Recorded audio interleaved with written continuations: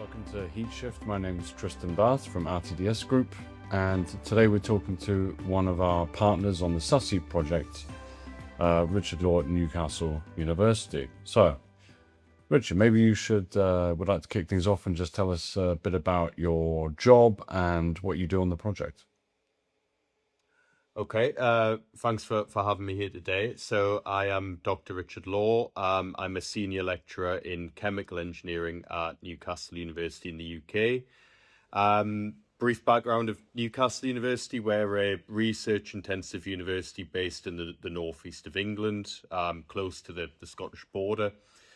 My research interests all lie across heat transfer, industrial energy systems, how we can optimize and decarbonize heat in the process sectors. And all of this is quite a good match for the objectives of the SUSHEAT project, which I guess is how I ended up involved in the project. Maybe tell us a bit about Newcastle University's specific role on this project then. Because it seems like you're sitting across a few areas, you're not focusing on one specific part of it. Yeah, so our primary role was in work package 2. And what we did was we performed what we would call a preliminary optimization of the various case studies that we're considering in the project. So what we mean by this is I guess taking a higher level look at each case study and working out what types of system might be possible at each, and ruling out some unfeasible options at the outset there. So I guess what we've had to do is ensure that we fully understand all of the constraints of each case study. So understanding what type of waste heat there is at each of the industrial sites that we might use in the heat pump system. Thinking about the weather conditions at each of the case study sites, so that we can consider integration of solar thermal and even ambient heat into the heat pump, and thinking about things like what are the demand profiles and shift patterns and so on. So I think our main task really quite early in the project was making sure we had a good understanding of the case studies, so that we could come up with those scenarios for future testing. And what we did, we took in all of this information, we built some models, and from those results, we defined the configurations that were feasible. And we feel like it's a reasonably important role in the project. So the results of them went on to influence things like the experimental rig design, the techno-economic analysis, the life cycle analysis, things like that. So I guess I see our role more than anything is as being the people who try to get that deep understanding of the case studies so that we can try to inform what people do in other work packages. But so I mean, our two case studies on this one is related to dairy industry in Greece and fish processing in Norway, right? So I guess when it comes to modeling this, it's about the kind of differences in the climate, or like what are kind of the key things you're looking at? A few different things. Climate is important. So obviously you expect warmer, sunnier weather in Greece than you do in Norway. So that affects things like integration of solar thermal. Also, one of the things we've considered is using air source, so ambient air as a source for the heat pump. Big differences there between Greece and Norway. Other things, the price of utilities in the two countries varies quite a bit, so that changes the economic case. And then you get into the kind of technical aspects of the individual plants. So the things you're really looking for are, what are the heat demands in each of the sites? Are they similar? Are they different? What temperature is process heating demanded at? And things like how does the temporal demand of the heat change over the course of a day? So I think one of the case study sites is more shift based. The other one's more of a continuous operation. So there's different challenges in both. And yeah, the key thing, in my point of view, is just being able to take a holistic view and understanding everything within the workflow. So understanding the economics and also the technical aspects of the process plant. Yeah. No, I guess it's also a strength for the project, isn't it, to have such variation in the case study sites? Because I mean, within Europe, It, that's pretty broad, isn't it? For Greece and it, Norway.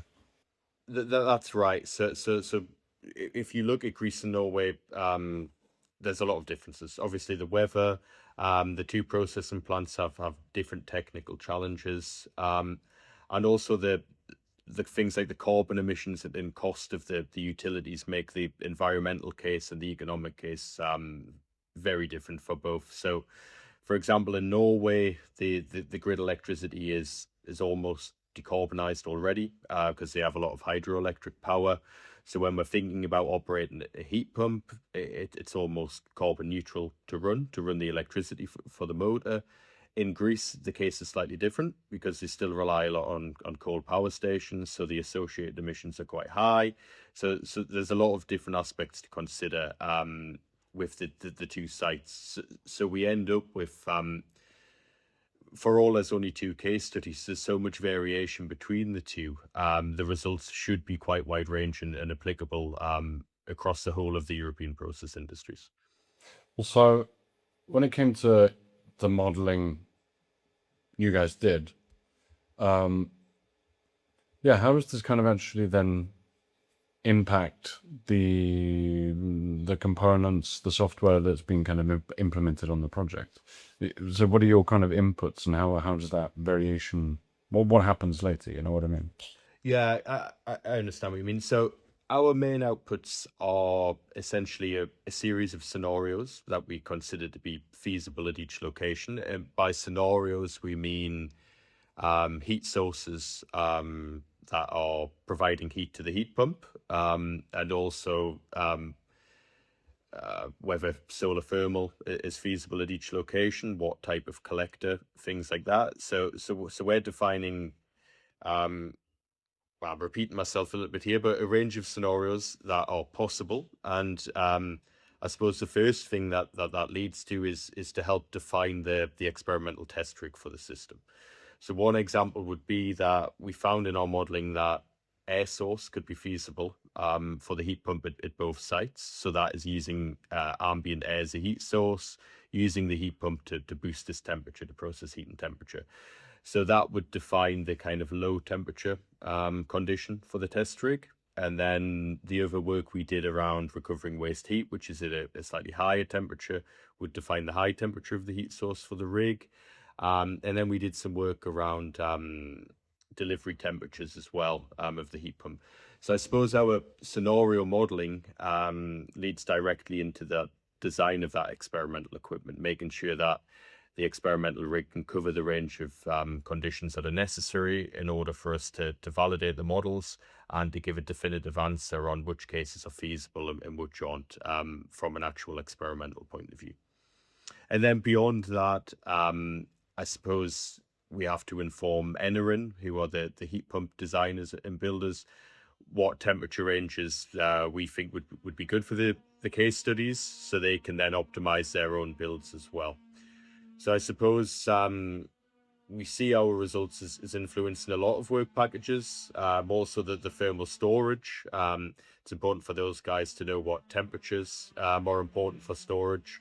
So I guess we see the results of our modeling and the scenarios we define as influencing a lot of other things in the project.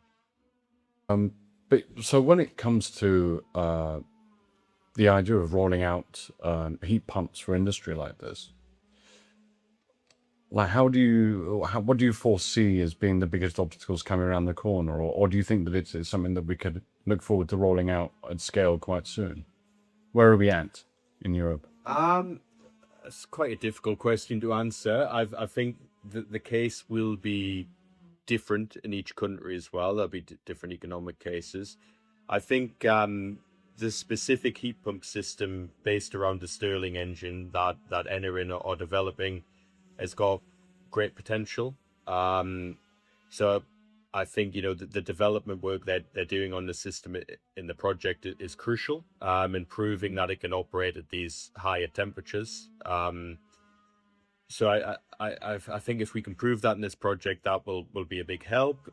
But the kind of next barrier to actually implementing that would be, I suppose, things like manufacturing capability, being able to manufacture these things at scale. I can't comment on how difficult that would be because I'm not too sure about the manufacture process. But I think that the technology is certainly there and hopefully being proved within this project.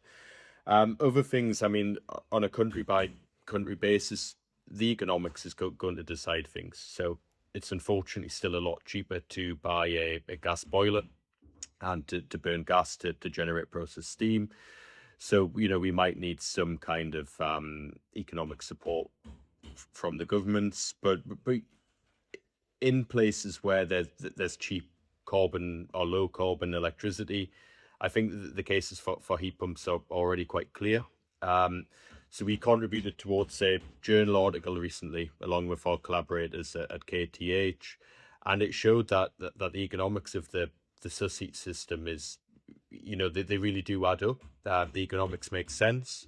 So perhaps we just need to demonstrate the technology a little bit better to capture the imaginations of the process industries to make the change from the conventional to the new. No, exactly. This is a kind of consistent problem across many Horizon Europe projects when you think about how you're going to move forward with it. Is the final challenge is convincing business and industry that it's economically viable. I mean, I guess there's a version of the future where this is, it's all part of a mixed system of energy sources, right? I think so, yeah. The beauty of the systems that have been developed within SUSI is that they should be able to drop into existing plant infrastructure. So the output of the SUSI system will be process steam. So in theory, you could put the system next to the main boiler house in a plant, and when we have solar thermal, when we're running the heat pump, we generate steam that way, and then we could still have the gas system as a backup. So yeah, I think the key thing is developing flexible technologies like that where we can almost drop them in as a replacement technology rather than having to make more wholesale changes across the process plant.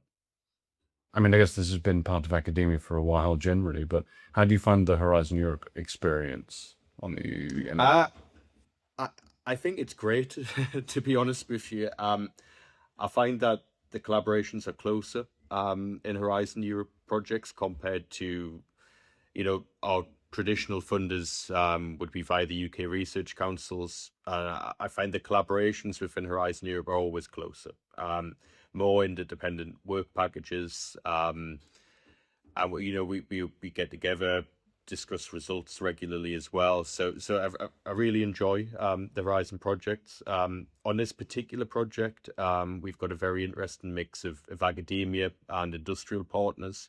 And everyone has different perspectives, different drivers. So just learning about each of the different partners and their perspective is very interesting. And we've also got partners from really across Europe, different countries, different cultures. So it's nice just to meet and mix with new people. Of course, we get to go on some nice visits as well. It's one of the perks of the job. So we get to see some new places, enjoy new food, things like that. And as an engineer, I really enjoy the technical side. So I was thinking about highlights of the project recently.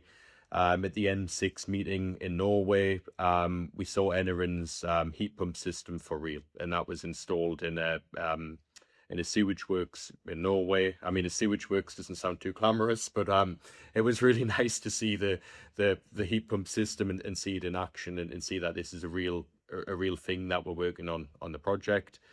Other highlights, again, from a technical point of view, the M30 meeting in Valencia, we visited Solatom's site.